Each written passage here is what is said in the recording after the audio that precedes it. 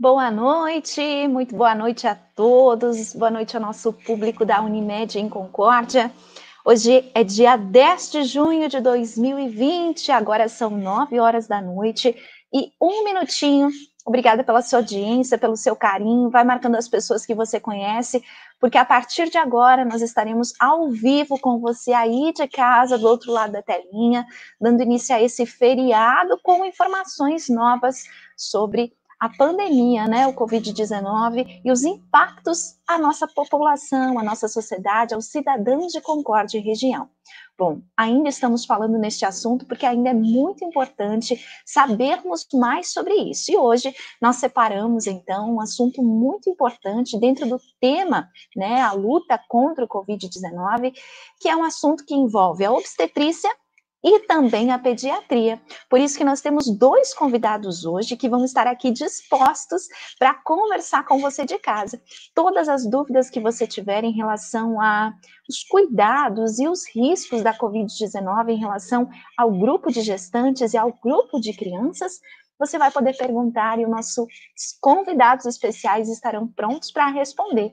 Obrigada pelo seu carinho. Vai marcando as pessoas que você conhece, as grávidas, gestantes e pais que você conhece, e também as pessoas, as famílias que já têm os seus bebezinhos pequenininhos, que estão em fase de amamentação. O nosso assunto agora é ao vivo e é com você diretamente da Unimed, porque esse é o nosso jeito de cuidar de todos. Vamos apresentar os convidados dessa noite? Vamos lá. Vamos receber nesse momento, então, o Dr. Matheus Piccoli, já está aqui com a gente. Boa noite, doutor Matheus. Doutor Matheus é ginecologista e obstetra, né? Possui um título de especialista nisso, também é especialista em ultrassonografia e medicina fetal. Doutor Matheus, obrigada pela presença. Boa noite.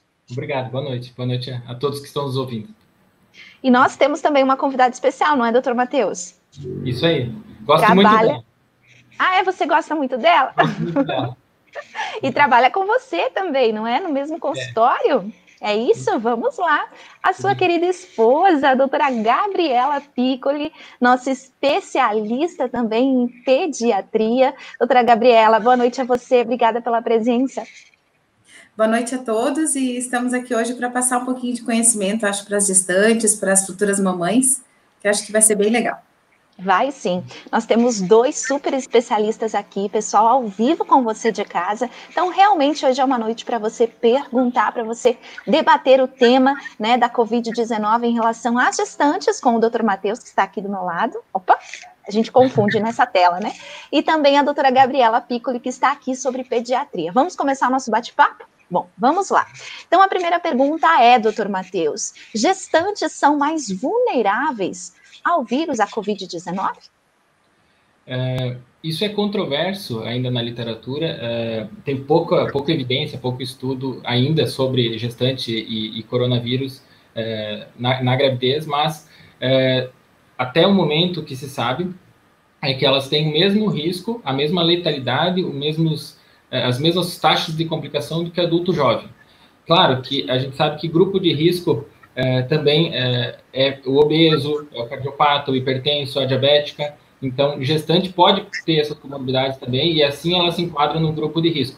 Mas a taxa de mortalidade, de letalidade da doença, ela é semelhante ao adulto jovem. E também é um cenário, não é parecido, não é, doutora Gabriela, em relação às crianças, né? As nossas crianças parece que estão protegidas disso? Isso, que a gente vem percebendo é que as crianças, mesmo quando elas têm contato com adultos, pais e mães, principalmente contaminados, que a gente já teve a experiência de pessoas que são positivas, a criança tem sintomas muito leves, né? E as crianças não ficam graves, então o que a gente está observando é que na criança tem essa manifestação bem mais leve também. Tá certo, então. Então a gente abre agora a nossa conversa, né? Conhecendo esses dois cenários, o cenário da obstetrícia e coronavírus, e aprofundando ainda mais o tema em relação às nossas crianças. Bom, doutores, doutor Matheus, como que a gente pode se proteger, né, do coronavírus durante a gravidez? Na verdade, né, muitas mães, muitas gestantes estão gestantes nesta fase. Não planejaram, né, que haveria esse vírus. Certamente, se elas soubessem, teriam talvez esperado um pouquinho mais, né? Mas primeiro vamos começar uma conversa em relação a isso, a esse momento tão importante da vida delas e que está, né, ocasionado e muito interligado a essa fase que nós estamos vivendo. Como é que está sendo esse cenário, essa rotina no consultório, doutor? Está mais fácil, está mais difícil? Tenta descrever para a gente um pouquinho esse trabalho. Eu acredito que a gestante está tendo o mesmo cuidado que a população geral, né? Assim, não está tendo uma ansiedade maior, uma preocupação mais intensa por ser grávida. Mas a gente tem as duas coisas, modos de transmissão mais antigos e que a gente sabe como a transmissão do Covid, ou ela é contato direto, ou uma gotícula de saliva de alguém, ou um espirro, diretamente a gestante pode se contaminar, ou por o contato de superfície. Se alguma superfície estiver suja com o vírus, com o coronavírus, e for colocado no olho, nariz ou boca, a gestante pode estar adquirindo isso também. Então, ela tem que ter os mesmos cuidados do que a população geral. A recomendação ainda é a gente usar máscara, em toda a situação de convívio social. Não tem uma necessidade de a gente isolar a gestante por ser grávida, né? Então, diferentemente de quando era o H1N1, que a chance da mortalidade, de internação da paciente era 4 vezes maior do que a população geral, as grávidas ela não parece complicar mais nessa fase. Então, os cuidados normais que ela deve ter. Ainda não nasceram os bebês que foram as mães contagiadas, né, com a Covid positivo do primeiro, do segundo trimestre. Então, os poucos estudos que a gente tem na literatura, que fazem revisão de artigos, de trabalhos, ou de revisão de casos que foram relatados na literatura, eles não demonstram nenhuma alteração no feto ou nessas gestações. O que tem um pouco de aumento, tem se observado, é um risco de prematuridade, mas no finalzinho da gravidez, não sendo uma prematuridade assim abaixo de 34 semanas, a gente não teve casos de gestação que teve que ser abreviada por esse motivo. Então, não tem ainda, a pandemia não tem 9 meses, a pandemia não chegou uma gestação de pandemia, então a gente não muito o que acontece com os fetos do primeiro e do segundo trimestre. Existiu a SARS, a MERS, outras gripes, que não passavam para o bebê, para o feto, não aumentavam a complicação, né? Então, nos parece que ele não aumenta complicação nesse grupo, especificamente por ser gestante apenas. Doutora Gabriela, você me falava de um estudo, né? De um breve estudo que fala um pouquinho sobre isso, né? Você pode contar para a gente agora? Eu acho que é pertinente nesse momento da conversa. Na verdade, existe muito questionamento das pessoas, né? E nós, os pediatras, a Sociedade de Pediatria, está estudando por que as crianças são menos atingidas, no caso do SARS-CoV-2. Então, sabe-se que para ele ter ação nas células, principalmente pulmonares, ele precisa se ligar a um receptor, que é a enzima conversora da angiotensina 2. E aí viu-se que nas crianças, elas expressam menos essa enzima que tem que se ligar ao coronavírus. E também, recentemente, saiu um estudo da Sociedade Brasileira de Pediatria, falando que os asmáticos, os atópicos, né, pessoas que têm bronquite, especialmente as crianças, foram estudadas, e também foi visto que nas grávidas, o estado hormonal em que elas se encontram, elas também expressam menos essa enzima ligadora do SARS-CoV-2, que é o coronavírus. Então, dessa maneira que a gente está percebendo que tanto as gestantes quanto as crianças estão mais protegidas, né? Tá certo, então. E como o doutor Matheus falava, né, certamente, né, doutor, quando nós tivermos uma gestação, os 9 meses de pandemia, nós teremos estudos relacionados às nossas gestantes e também aos bebês. Bom, doutor, e como que está sendo em Concórdia, né? A gente vê aí os casos aumentarem, né? Agora deu uma certa reduzida, né, num pico mais elevado que nós já tivemos, mas ainda é muito perigoso toda essa situação que estamos enfrentando, né?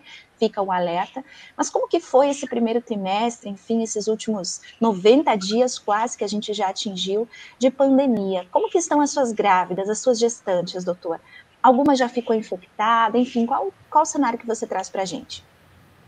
A gente tem próximo aqui, Concórdia, a agroindústria, que acaba aglomerando mais as pessoas, mas principalmente a maior empresa que a gente tem aqui na nossa cidade, ela afastou as grávidas, então conseguiu deixar esse público em casa, mas às vezes o familiar da pessoa continua trabalhando.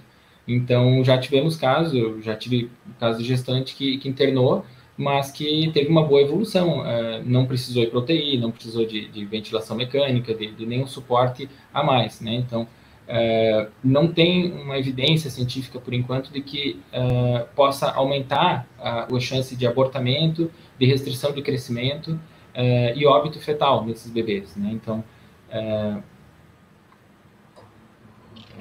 acho que a pergunta era essa, né? E sim, com certeza, doutor Matheus, é isso mesmo. Bom, já temos uma boa notícia, não é? Que bom que a gente está com esse reflexo, ou enfim, que os reflexos da Covid na nossa região, em relação às nossas grávidas, em relação às crianças, está dessa forma. Bom, mas em caso delas se contaminarem, doutor Matheus, né? Talvez qual seria a fase que te preocuparia mais? No comecinho da gestação ou mais no final? No final, tem essa associação com parto prematuro, que tem os estudos que a gente tem por enquanto, né, estudos inicialmente lá na China, mostraram com população apenas chinesa, que eles já têm uma tendência maior a abreviar o nascimento até pela questão da cesariana. Lá é um país que tem uma quantidade grande disso. Não conseguiu se observar que a prematuridade seja muito precoce, assim. Então, o tempo médio da pessoa internar e ter o nascimento, por exemplo, comparando menos de 5 dias ou mais de 5 dias, não tem evidência significativa. Então, é difícil a gente falar se essa prematuridade está associada ao coronavírus ou outra condição que a gestante apresentava. Doutora, já que você falou sobre a questão do parto, né, eu já ouvi algumas informações, ou nós já buscamos artigos, enfim, que falavam que as mãezinhas seriam induzidas à cesariana por conta do coronavírus. Isso é verdade, doutor? A via de parto não interfere no coronavírus, não há uma indicação formal para fazer cesariana, não. A menos que a mãe esteja com dificuldade de ventilação, que a mãe esteja realmente muito grave, mas daquele estudo chinês, ainda falando um pouquinho, nessas cesarianas que foi feito, né, 80% das cesarianas é um estudo com 92 grávidas. Nessas 92 grávidas, 80% foi cesariana e não foi evidenciado no líquido amniótico, na placenta, nenhuma evidência do coronavírus nessas substâncias, né? Então, se imagina que se houver a transmissão, ela é pequena, né? Tem alguns outros relatos pequenos falando que poderia já o recém-nascido nascer e ter positivo o Covid, mas o maior deles mostrou que teve 6 recém-nascidos logo nas primeiras horas de vida que tiveram teste positivo, mas não conseguiu se estabelecer se isso foi realmente antes, via transplacentária, na barriga, ou se foi isso nas primeiras horas de vida no hospital, né? Então, a gestante que tem o coronavírus, ela pode ter parto normal, é estimulado, é orientado ela ter o parto normal, isso vai facilitar ela ter amamentação também. A amamentação, ela é uma proteção para o feto, é uma proteção para hemorragia pós-parto, né? Então tem uma série de vantagens que ela pode ter também tendo parto e isso facilitando a própria amamentação dela. Eu até estava lendo também, doutores, que a própria amamentação, né, é uma forma de fazer com que a imunidade da criança, né, supere o vírus em caso de uma possível infecção, não é? Mas a gente vai falar sobre a amamentação daqui a pouquinho, tá certo? Eu quero saber agora sobre o momento do nascimento, doutor Matheus, porque as mãezinhas, elas se preparam muito para essa fase. Na verdade, elas se preparam, né, as gestantes se preparam para a gravidez inteira, não é, doutora Gabriela? Com você foi assim, comigo talvez também foi. Chá de bebê, né, envolvimento da família, compras das roupinhas da criança, enfim, há toda uma preparação, a questão de você poder sair mostrando a sua barriga, né, viver o momento da gravidez. E me parece que esse viver o momento da gravidez está um pouco restrito nessa fase. Então, tem muitas grávidas realmente em distanciamento social, né? Afastadas de tudo para proteger-se e também proteger o bebê. Mas tem um momento crucial nisso tudo, que é a ida para o hospital, não é, doutor Matheus? É o momento do parto, que você quer a companhia de alguém, que você quer estar com a sua família, você gostaria de receber as visitas no quarto. O que está sendo permitido, o que não está sendo permitido, doutor Matheus? A gestante, ela tem direito a um acompanhante, isso é um direito da paciente, da parturiente, seja parto ou cesariana, e é permitido esse um acompanhante. De preferência que seja a mesma pessoa, que não fique trocando, às vezes a mãe, às vezes o marido da paciente ficar trocando ao longo do período do nascimento. Mas que essa pessoa única, né, acompanhante da paciente, acompanha ela tanto no momento do nascimento, como depois no seu parto, na recuperação.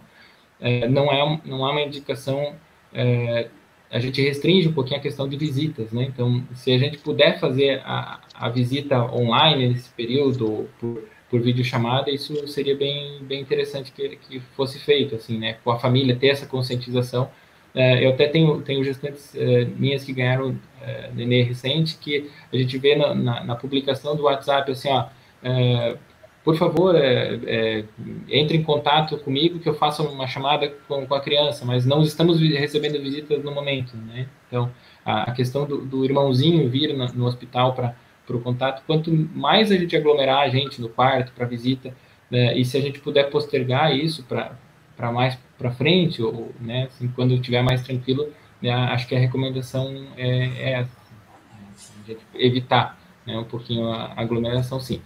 Com relação a doulas e fotografia, ter o fotógrafo junto, também a gente está desencorajando isso, né, para diminuir realmente a quantidade de pessoas. Mas a presença do pai, ela é importante. A gestante pode escolher uma pessoa que vai acompanhar e vai dar o apoio que ela precisa, né? É bom saber, né? Assim a gente pode acalmar as nossas gestantes que estão nos assistindo.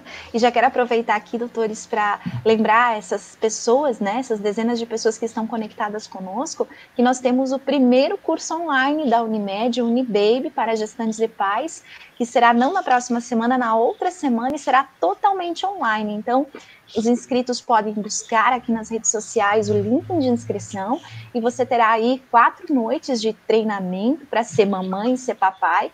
Muitos dos profissionais cooperados participam do Unibaby, então você que ainda não sabia disso, corre fazer a sua inscrição.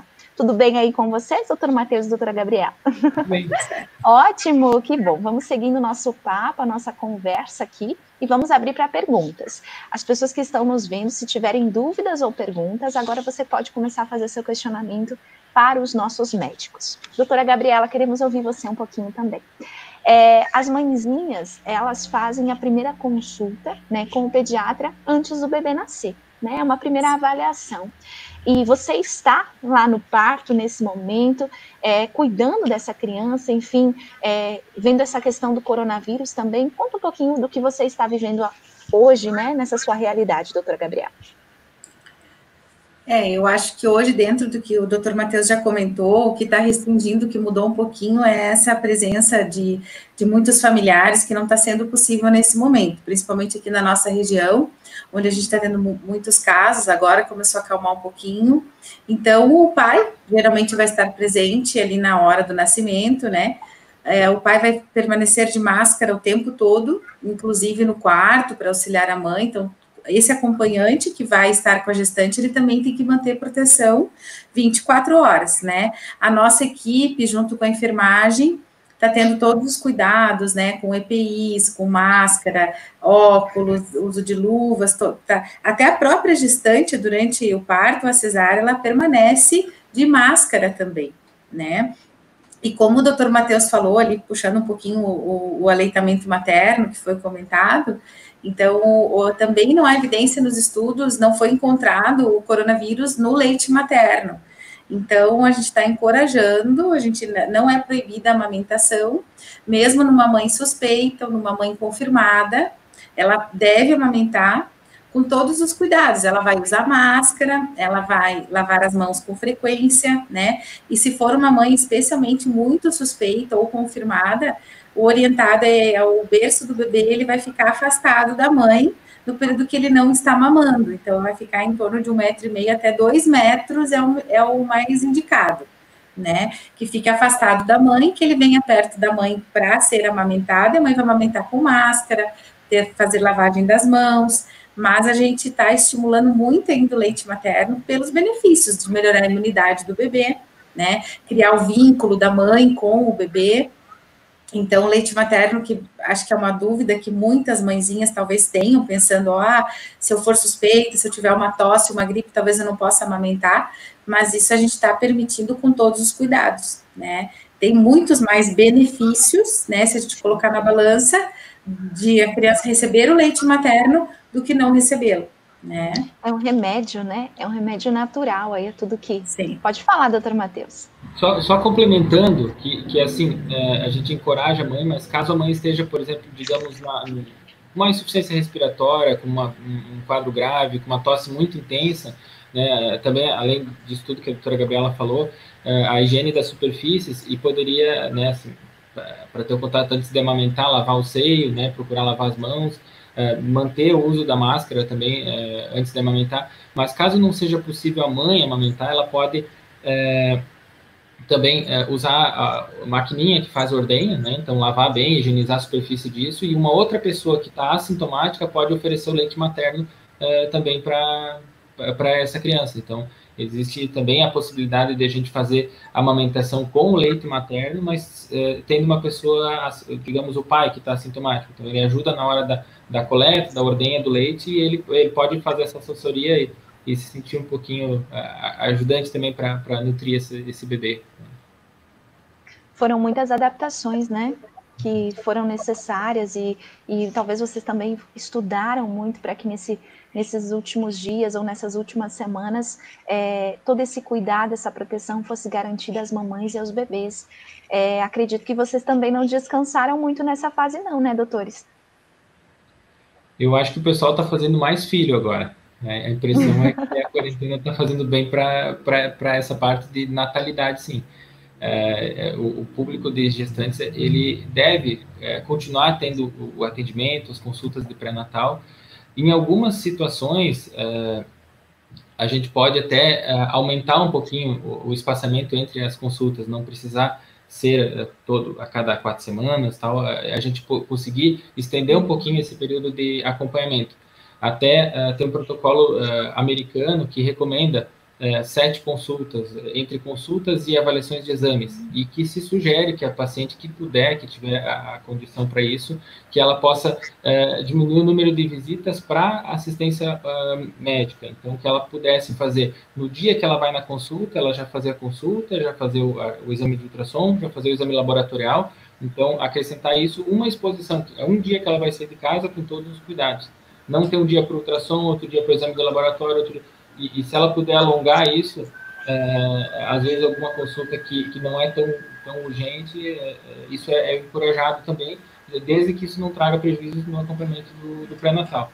Claro que grávidas de alto risco vão ter que ter uma supervisão maior, né? Mas dependendo da orientação do profissional e de como tiver aquela gestação, existe sim a possibilidade de a gente espaçar um pouquinho mais essas consultas. Perfeito. Temos uma pergunta da Marcela Campos, que diz o seguinte: boa noite. Gostaria de saber sobre os cuidados com o recém-nascido. Se mudou algo na rotina da maternidade com relação ao contato com os outros recém-nascidos? É uma ótima pergunta. Também gostaria de saber sobre o uso do escudo facial para o recém-nascido durante a circulação no hospital. Na verdade, Marcela, esses cuidados assim do recém-nascido, cada quarto vai ter ou o recém-nascido com a sua mãe, ou no máximo 2 gestantes, cada uma com o seu recém-nascido, né? Então, esse distanciamento em torno de 1,5 m a gente consegue ter entre os bebês, tá? Eles não vão ter esse contato. Na hora do banho também, a pessoal da enfermagem está fazendo o banho um pouco mais com calma, né? trazendo os bebês bem com espaçamento, né, que é um horário que daí junta mais recém-nascidos, e também até, em alguns momentos, dependendo se é um dia que nasceu muitos bebês, eles não estão permitindo até, não traz vários pais para acompanhar, então vem um pai, assiste um banho, depois que esse pai sai, daí vem outro bebê com o pai, assiste o banho, que às vezes aglomerava os pais no momento do banho, porque o pai geralmente vai junto, é convidado aí junto na hora do banho, até para aprender como fazer isso em casa. Que às vezes, se for cesariana, a mãe ainda vai estar com os pontos, ainda não está caminhando, e o pai é que fazia esse processo. Então, está tendo esse espaçamento na hora do banho, e nos quartos, a distância entre os bebês é bastante segura. Então, o que o hospital está recomendando para a gestante e para o acompanhante é a máscara durante 24 horas, mas a máscara, nariz e boca, né? As máscaras faciais, né? Que você fez a pergunta ali do escudo, então, nem nós, profissional de saúde, a princípio a gente usa quando vai na ala dos pacientes suspeitos ou pacientes em tratamento, a gente não está usando no dia a dia da maternidade. E falando-se de recém-nascido e também já de crianças até 2 anos, a gente recomenda, eles não são obrigatórios usar máscara, né? Então, às vezes, eu oriento as mães que se elas vão fazer vacina, às vezes no recém-nascido, é um lugar que às vezes tem mais gente lá no posto de saúde, elas podem ter como opção colocar um paninho de boca, assim, para proteger o nenê. Mas a máscara em si, até os 2 anos, ela não está obrigatória. Tá? Então, no escudo também a gente não usa no recém-nascido, tá? Eu até, assim, curiosamente, tive uma paciente no consultório, que ela tem 9 meses, e a mãe adaptou um escudo, ela trouxe com um chapéuzinho, e ela costurou um escudo para não botar máscara no bebê. Então, a gente achou bastante bonitinho, assim, mas não é de hábito o escudo para o nenê, e a máscara não é obrigatória até os 2 anos, pelo risco de sufocamento. Ótima resposta, doutora Gabriela. Você quer complementar algo sobre isso, doutor Matheus? Não? Tá Perfeito? Vamos seguir, então. Doutora Gabriela, ainda sobre a amamentação, eu gostaria de entender, né, um pouquinho mais sobre essa questão da Covid e a amamentação. Enfim, você já passou algumas dicas, mas quais seriam, né, até para as pessoas que estão entrando nesse momento, quais seriam as principais dúvidas das mamães em relação à amamentação nesse período de Covid? Eu acho que o que mais perturba mesmo é essa dúvida que se tiver algum sintoma, ou às vezes o que a gente está vendo também é que essa gestante ela está assintomática e ela pode ter tido contato com alguém suspeito, né? E ela esteja com medo, que se ela pode estar no período que ainda não está com sintomas, se ela pode transmitir para o nenê. Então, acho que o que a gente pode tranquilizar as gestantes aqui, como obstetra e pediatra, é dizer para elas que a amamentação, ela vai acontecer, mesmo naquela gestante que é confirmada ou que é suspeita, elas estão assim, autorizadas, tá? Porque o benefício de criar o vínculo da mãe com o bebê, né? O leite materno, ele melhora a imunidade do bebê, então vai fazer com que o bebê esteja melhor protegido para não ter contato com essa nova infecção, essa nova doença, né? Então, eu acho que o benefício realmente da amamentação é enorme, e nós, como pediatras, vamos continuar estimulando essa amamentação, né? Muitas vezes, se a mãe está receosa de amamentar, tem essa possibilidade que o doutor Matheus falou de fazer ordenha e uma outra pessoa oferecendo a mamadeira, até ela estar segura para amamentar, mas o que a gente está recomendando hoje é continuar a amamentação com máscara, higienização das mãos, né? E poder amamentar, sim. Tá? E o leite materno, ele não existe muito aquela história que o pessoal fica um pouquinho preocupado se o leite é fraco, se existe leite fraco. Então, existem algumas mães que não produzem uma quantidade adequada, mas a qualidade do leite materno, ela é igual, ela vai ser rica em vitaminas, em anticorpos e principalmente em ferro. Então, também vai proteger essa criança de ter uma anemia e de ficar menos doente depois na vida escolar, pré-escolar, né? Bem, muito bem. Vocês conseguem me ouvir? Sim. Sim. Tivemos um pequeno corte da internet aqui, mas voltou a funcionar. Bom, vamos lá então. Doutor Matheus, de forma geral, então, quais são as dicas para que as nossas gestantes estejam protegidas da Covid-19? Lavar as mãos frequentemente, né? Então, evitar o contato com objetos que podem estar contaminados.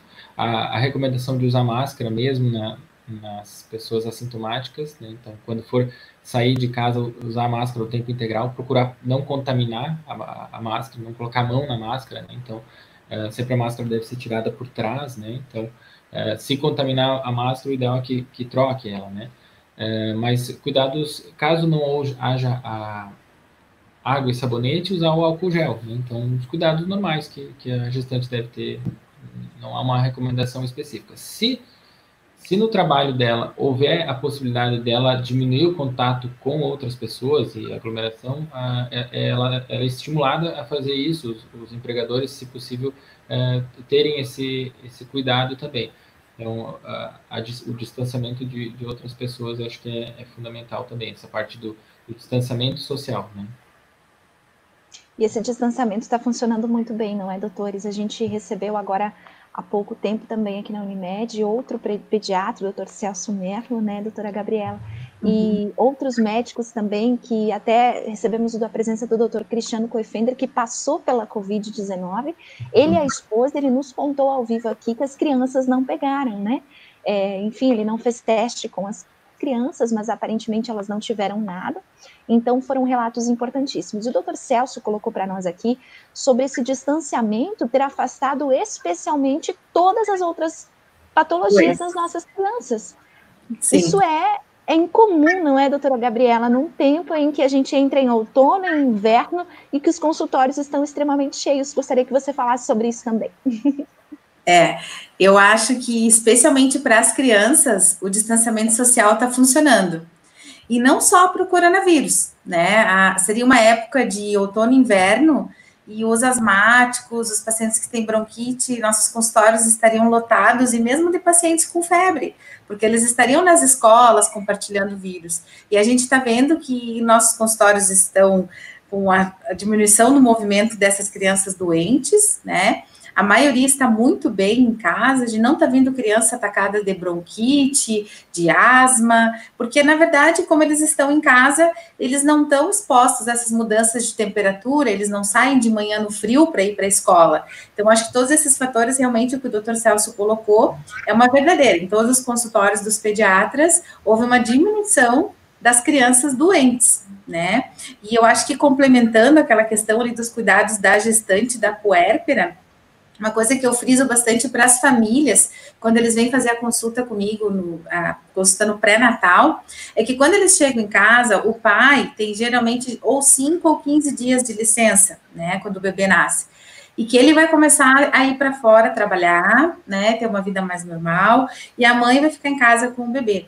Então, também esse pai, quando ele chegar do trabalho, ele tem que ter o cuidado de tirar o sapato, deixar para fora de casa, ir direto para o banho, né, separar essa roupa que ele estava usando fora de casa da roupa da família para lavar. Então, ele vai direto para o banho, né, fazer uma higienização, para depois ele ter contato com esse recém-nascido, que é uma coisa que às vezes acaba passando despercebida, e essa pessoa que saiu de casa para trabalhar, que está circulando, ela pode estar assintomática e acabar trazendo o vírus para casa. Então, isso é um cuidado também para os papais lembrarem depois. Perfeito, doutora Gabriela, obrigada por ter lembrado disso, né?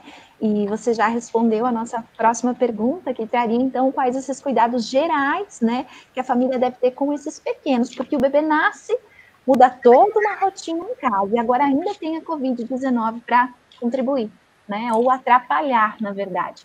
Então, são cuidados essenciais, né, já que é só talvez o marido que esteja frequentando a casa, no máximo a mãe, né, de um dos dois, enfim, é importante não trazer esse vírus para casa. Tem mais alguma coisa que vocês gostariam de contribuir dentro dessa questão da proteção dos bebês que estão em casa e da mãezinha que passou, né, pela gestação? Até porque, doutor Matheus, pelos artigos que eu li, né, nessa semana, alguns afirmam que as mães, elas podem estar suscetíveis, talvez, a baixa da imunidade um pouquinho depois que o bebê nasce. Isso é real?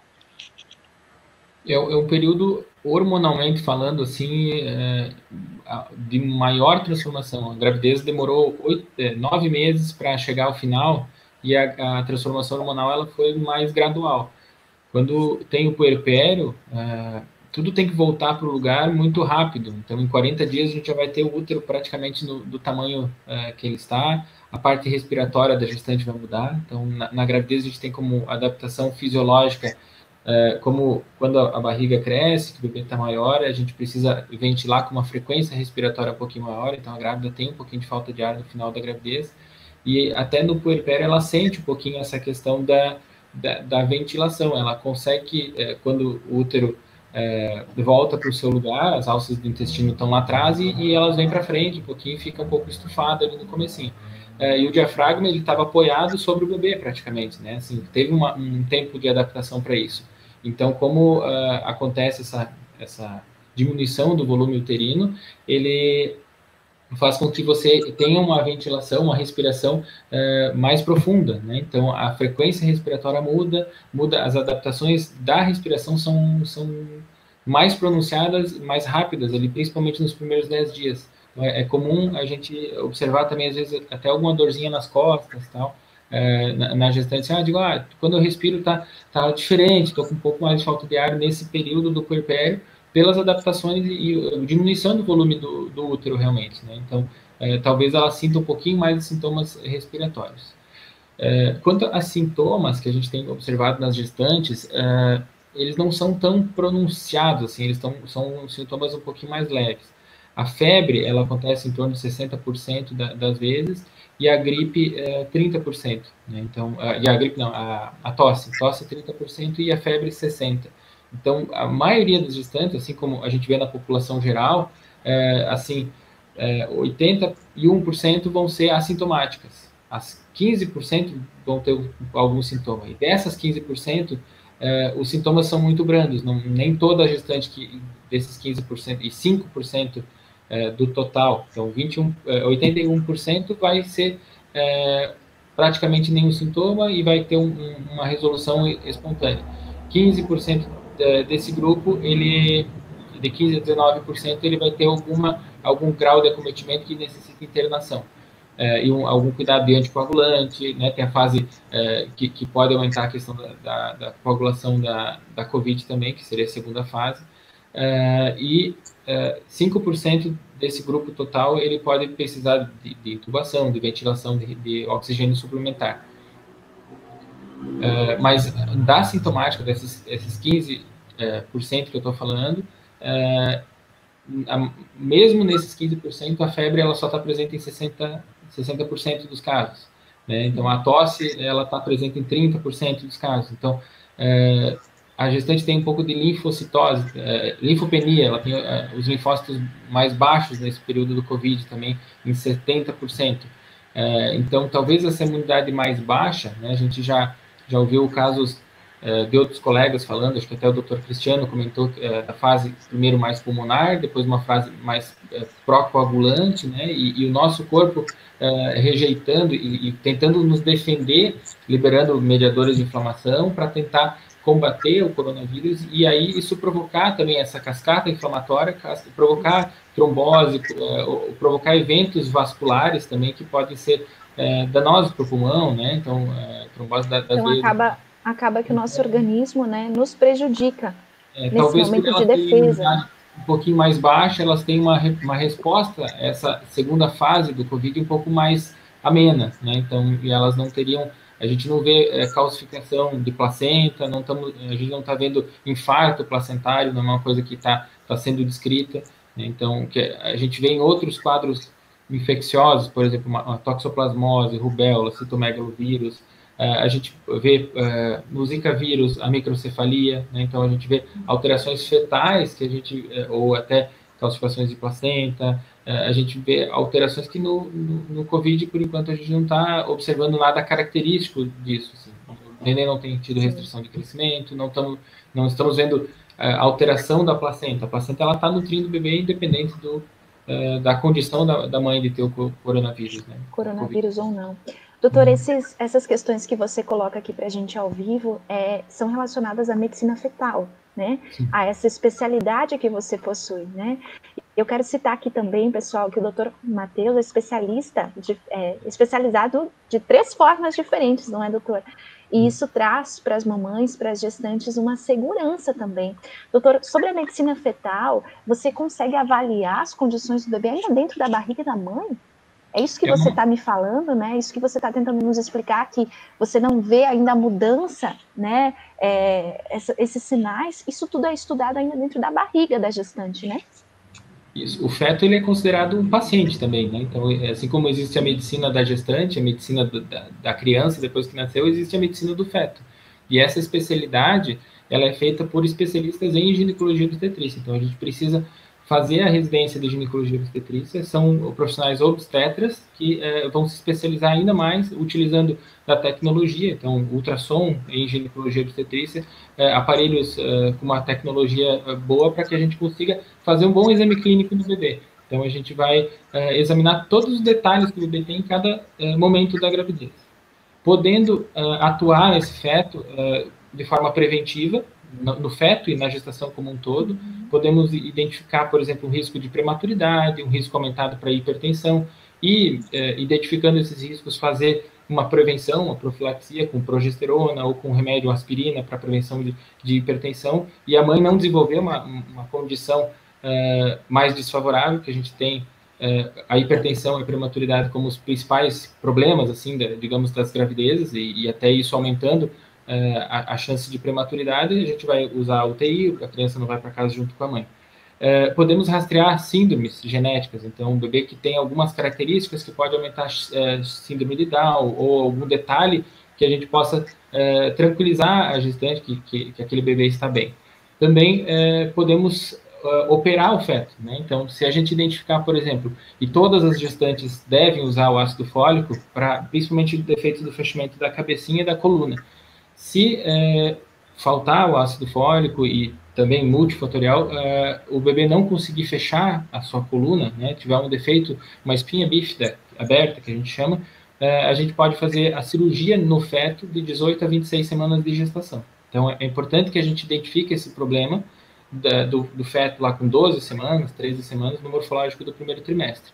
Se a gente operar essa criança antes dela nascer, na vida fetal, enquanto ele ainda movimenta as pernas, ele ainda tem movimento de membros, a gente consegue melhorar muito a qualidade de vida dessa criança, e ele vai continuar mantendo esse movimento de perna. Vai diminuir a chance de colocar válvula na cabeça, que pode fazer hidrocefalia até por escorrer o líquor, e a medula fica um pouquinho mais comprimida. Se a gente deixar para operar só depois, esses fetos, eles têm uma chance de caminhar muito menor. Então, a gente pode intervir no feto pensando numa melhor qualidade de vida dele, né? Então, pensando que a gente quer levar ele para casa, de preferência sem nenhum problema, sem um defeito, mas se houver alguma condição que a gente puder tratar, e a medicina fetal e a cirurgia fetal também, ela está aí para trazer possibilidade de tratamento ou de diminuição de alguma comorbidade que aquele feto tenha. Então, tem coisas que a gente vai intervir, outras que a gente só vai orientar. Por exemplo, um defeito de uma fenda do lábio, né? Então, a gente vai identificar isso talvez com 22 semanas. Né? Então, a criança tem um defeitinho do lábio que ela não vai operar na gravidez, isso não vai trazer complicações graves para ela. Mas ela pode, com 2, 3 meses de vida, fazer uma cirurgia que ela vai corrigir, aquele defeito some. Mas o fato da mãe estar preparada com essa informação ainda na gestação faz toda a diferença, né, doutor Matheus e doutora Gabriela? Eu estou percebendo muita tecnologia, né, em favor da obstetrícia, da ginecologia. Parabéns por esse trabalho, por esse cuidado. E, desculpa te interromper, né, doutor Matheus, trazendo então para o assunto da Covid, né, não está se percebendo comorbidades, como vocês chamam, devido ao coronavírus nesses fetos, né, através da medicina fetal, o que é um fator positivo. Não precisamos de estudo, né, doutor, mais prolongado para dizer que as nossas gestantes estão, de certa forma, seguras em relação aos seus fetos. Isso. Interessante. Temos uma pergunta para a doutora Gabriela, eu quero fazer aqui. Foge um pouquinho do nosso tema, mas eu acho que é importante nós respondermos. É da Daniela Paduan, e ela diz o seguinte: boa noite. Em relação às crianças cardiopatas precisarem ir para o hospital, como fazer? Pois elas são de risco, né? E uma gripinha leva para a UTI, imagina um Covid, né? É o comentário dessa mãe. Minha filha é cardiopata, mas eu rezo, né, oro para não pegar nem resfriado nesse período. Então, é um receio de levar ao hospital, doutora Gabriela. O que você pode comentar sobre isso? Em geral, nos adultos, as pessoas com problema cardíaco são consideradas de risco para o coronavírus. Nas crianças, a gente está vendo que a maioria das cardiopatias leves, né, porque a gente tem muitas cardiopatias simples do bebê, que seriam as CIVs, a CIA, que são muito comuns os bebês nascerem com essas cardiopatias, mas são coisas que não interferem na dinâmica cardíaca e pulmonar desse bebê, no dia a dia, né? Se ele pegar uma gripe, um resfriado, o risco desse bebê é o mesmo de uma criança normal, saudável, que não tem o problema. No caso das cardiopatias, que são um pouco mais complexas, uma criança que fez uma cirurgia cardíaca, ou que ela tem uma cardiopatia que a gente considera cianótica, é aquela criança que ela tem a pele um pouquinho mais arroxeada, as extremidades, as unhas arroxeadas. Então, claro que provavelmente a filha da Daniela, ela acompanha com o pediatra ou com uma cardiologista pediátrica, né? E no caso de uma gripe, um resfriado, teve uma tosse, começou com uma febre, eu acho que nesse primeiro momento dá para procurar o seu pediatra, né? Levar a criança para o pediatra, para que o pediatra veja se tem sinais de insuficiência respiratória, se a criança tá com a cor da pele normal, porque já vai conhecer essa criança desde pequenininho. Então, eu acho que o pediatra da criança é o melhor profissional para avaliar nesse momento. Claro que se for no final de semana, não tem como avaliar, ela pode levar até o hospital, né? Hoje o hospital, ele está separando as pessoas que têm suspeita de coronavírus daqueles que têm um quadro de outras doenças. Então, acho que nas crianças eles estão tendo bastante cuidado, assim. Tá? Então, se for no momento que ela não possa levar ao pediatra, eu acho que daí deve levar ao hospital sim, principalmente se perceber uma febre persistente e uma dificuldade respiratória. Se vê que a criança está respirando com mais dificuldade, que está respirando mais rápido, porque a criança cansada, a frequência respiratória aumenta. Então, ela tem que ser avaliada, seja por o clínico geral ou pelo pediatra. Mas no dia a dia, nós temos muitos cardiopatas, e eles também não estão sendo alvos do coronavírus, pelo mesmo motivo, provavelmente, das outras crianças. Perfeito, então.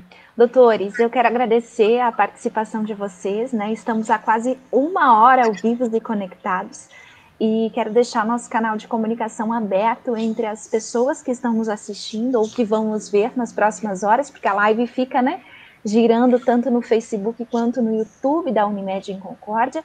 E se houver outras perguntas, pessoal, podem mandar, então, comentem para a gente, que essa dupla de doutores, como vocês colocam aqui, vão nos responder, vão nos ajudar. Combinado, doutores? Combinado. Eu queria acrescentar que nós somos 3. Sua mãe, é verdade, a doutora Lourdes. Que faz a parte ginecológica, né? Então, eu tenho 11 anos de formado, a Gabriela tem 13 anos de formada, e a doutora Lourdes já está há mais de 30 anos aqui. Então, a minha mãe, ela tem o nosso nome, o Piccoli Clínica, ele vem dela e toda a credibilidade que ela nos transmite ao longo dos anos e a confiança que as pessoas têm na nossa marca e em tudo que ela fez pela gente até agora. Então, a gente, aqui na nossa clínica, a gente tem essa organização que é diferente o agendamento da gestante, que precisa todo mês ter a consulta, e a pessoa que vai fazer um preventivo, uma rotina ginecológica, ou precisa de algum tratamento até para poder engravidar, ou algum tratamento relacionado à menopausa, né? Então, a doutora Lourdes faz essa questão de acompanhamento ginecológico, né? Então, eu acompanho as grávidas e a parte de medicina fetal, de ultrassom, a doutora Gabriela a parte de pediatria. Então, sem esquecer de que somos dois aqui presentes, mas que a doutora Lourdes teve não está presente agora aqui, mas ela está sempre junto nos nossos pensamentos aqui. É verdade. Na live ela não pode participar nessa ocasião, mas que a nossa clínica está aberta, se a gente puder acolher as pessoas da melhor forma possível, cada vez se especializando mais e podendo trazer melhores tecnologias, ferramentas e possibilidades de continuar atendendo as pessoas da forma como a minha mãe me ensinou, né? Assim, que é com carinho, com acolhimento e dessa forma que a gente tem trazido a nossa contribuição aqui para a sociedade. Né? Obrigado. Imagina, vocês são demais. A doutora Lourdes, ela é como que diz, né? Ela é uma mãe muito exigente, uma super médica, tem história para contar na Unimed, uma grande cooperada, né? E tem muito orgulho desses filhos, né? É você, doutor Matheus, e tem também o seu irmão, que é administrador da clínica, né? O Lucas é administrador, ele é chefe de gastronomia e ele ainda Uau! é advogado, né? Então ele tem OAB, ele já tem alguns trabalhos assim, que ele faz nessa área também e faz comidas excelentes também, um excelente chefe gastronômico. Então ele tem várias qualidades, é nosso administrador aqui na questão da clínica também. Faltou qualquer material, ele que nos ajuda, nos assessora. Vamos continuar. Obrigada, pessoal. Vamos deixar boa noite, doutor Matheus, doutora Gabriela. E eu quero aproveitar aqui para deixar um convite muito especial, você que está nos vendo, você que está nos assistindo. Olha só o recadinho aqui embaixo, ó. Atenção, gestantes e pais. Nosso curso Unibaby será online, então as inscrições estão abertas, tudo online nessa fase, né, pessoal? Extremamente online, não tem como ser diferente, né? Como eles falaram, nós precisamos proteger as nossas gestantes, os pais e também os bebês. Então, pessoal, o nosso curso Unibaby será online. Você que ainda não sabia disso, avisa, né, as gestantes que estão aí em fase de gestação, ou as mamães que acabaram de ter os seus bebês e não puderam participar de um curso para gestantes e pais.